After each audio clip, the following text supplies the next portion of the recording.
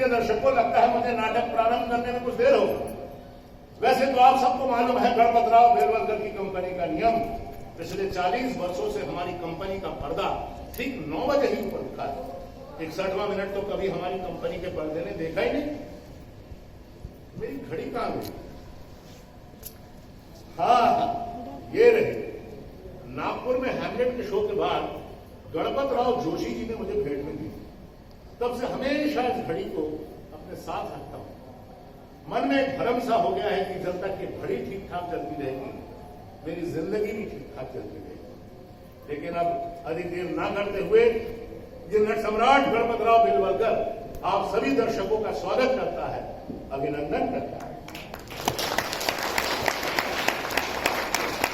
अब वैसे तो प्रिय दर्शकों, कई लोग कहते हैं कि गणपतराव अहंकारी है, घमंडी है, तो कहते रहे मेरी बला से मुझे क्या फर्क पड़ता है। मैं तो सिर्फ इतना जानता हूं कि जब 15 वर्ष का था, घर की सारी दीवारें ढह गई थी। सर पर था खुला आसमान और पांव के नीचे एक जलता रेगिस्तान। उस जलते रेगिस्तान में न जाने में कहां, किधर, किस लिए चला जा रहा था कि तभी उन्हीं क्षणों में मुझे महसूस हुआ कि मुझे जिंदा रहना है, मुझे जिंदा रहना है और मुझे थिएटर के लिए जिंदा रहना है। 40 वर्ष पहले किसी पुराने नाटक में सिंधिया छाप पगड़ी तो हटकर आपके सामने आया था। तब की बात तो आपको याद नहीं दिलाऊंगा, लेकिन इतना अवश्य कहूंगा कि बुढ़ापे में थोड़ा बहुत अहंकार का होना आवश्यक भी है। इससे आसपास फैले खालीपन को भरने में कुछ मदद मिल जाए। लेकिन आप ठहरे मेरे दर्शक, आपके सामने कैसा अहंकार, कैसा घमंड। आपने मुझे नट सम्राट की उपाधि दी, 2 लाख रुपयों की थैली दी। मैं आपके स्वागत के सामने नतमस्तक हूं, अभिभूत। देखिए दर्शकों, मैं एक अभिनेता हूं और मेरे शब्दकोश में हैं बड़े बड़े कवियों, नाटककारों और लेखकों के शब्द। पहाड़ की ऊंचाई जैसे शब्द, समुद्र की गहराई जैसे शब्द, अग्नि जैसे दहकते शब्द और तितली की रंगीन परों की तरह तैरते शब्द। शब्द शब्द शब्द, लेकिन सारे शब्द आज आपके सामने आके निरर्थक हो गए। और मैं गणपतराव बेलवलकर एक बार पुनः आप सभी का स्वागत है। देखिए, बुढ़ापे में ना बाकी सब ठीक है, औलादों का सही रहना बहुत जरूरी है। अगर औलादें ठीक हो तो बाकी सब ठीक, औलादें ठीक नहीं तो सब गड़बड़।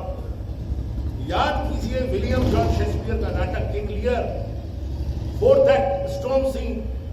जब गोनेरेल और रीगन निकाल देती हैं उसे अपने घर से, तो क्या कहता है वो बूढ़ा? तो बूढ़ा सम्राट कहता है, बहो हवाओ बहो, गरजो तर्जो बादलो, बिजली कड़को और विदीर्ण कर दो दुख से जर्जर इस बूढ़े की छाती को।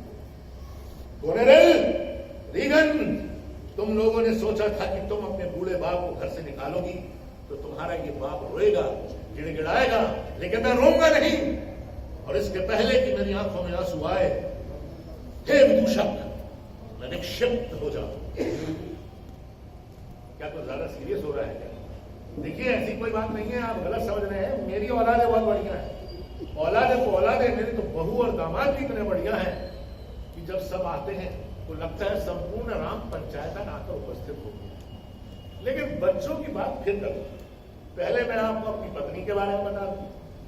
वैसे नाम तो उनका कावेरी है, लेकिन हम तो प्यार से उन्हें सरकार ही कहते हैं। सरकार आज भी शो के पहले और बाद में वो नींबू लाल मिर्ची उससे मेरी नजर उतारती है। उनका खाना होता है मेरा शो खत्म होने के बाद, यानी रात को 12 बजे। व्रत और उपवास तो ये औरत इतनी ज्यादा रखती है कि विश्वास करना कठिन है कि औरत जीवित कैसे है। अब इस पंडाल में उपस्थित सभी विवाहित पुरुष अच्छे से समझते होंगे कि ऐसी स्त्री को पत्नी के रूप में पा जाना सौभाग्य की ही बात है। लेकिन पत्नी की बात फिर आगे कभी, पहले आप अपनी औलादों से करवाते। हाँ, तो पहले मेरा बेटा नंदू उर्फ नंदन। नंदू, ओ नंदू, आया प्रणाम करता हूँ। प्रसन्न भाव, यशस्वी भाव। ये है नंदू उर्फ नंदन, MA पास हो गया है उल्लू का पट्टा। MA नहीं अप्पा, MCOM। ऐसी भी कोई डिग्री होती है क्या? तेरे बाप को मालूम ही नहीं। चल, ये आ गया किसी कंपनी में, वो बड़ा लंबा नाम है। क्या नाम है तेरी कंपनी का? Field Walker Karen Whisky Tejpal and company. इतना लंबा नाम है कि अंग्रेजी में स्पेलिंग याद ही नहीं रख सकते। वैसे भी अब बुढ़ापे में नाटकों के डायलॉग याद करने का टाइम भी गुजर गया। तो चलिए मान लेते हैं कि ये किसी अलानी तलानी कंपनी में मैनेजर है। मैनेजर नहीं अप्पा, जनरल मैनेजर। जनरल मैनेजर 4 महीने पहले कंपनी के काम से चीन होकर भी आए हैं। अप्पा, चीन नहीं, मलेशिया। मलेशिया वो सब एक है। वो पूरब की खाड़ी पार करके जाओ, सब एक जैसे चेहरे मिलते हैं, गोल चेहरे, चपटी नाक, घुंघराले बाल। वहां जाकर मैं जाने इसने कंपनी का क्या भला कर दिया कि कंपनी ने इसकी तनख्वाह हजारों में बढ़ा दी। इतना बड़ा हो गया है, लेकिन अभी भी मेरा पांव छूना नहीं। बस बेटा बस, पंढरपुर के बिठोबा की तरह मेरे चरण भी घिस जाएंगे नहीं तो।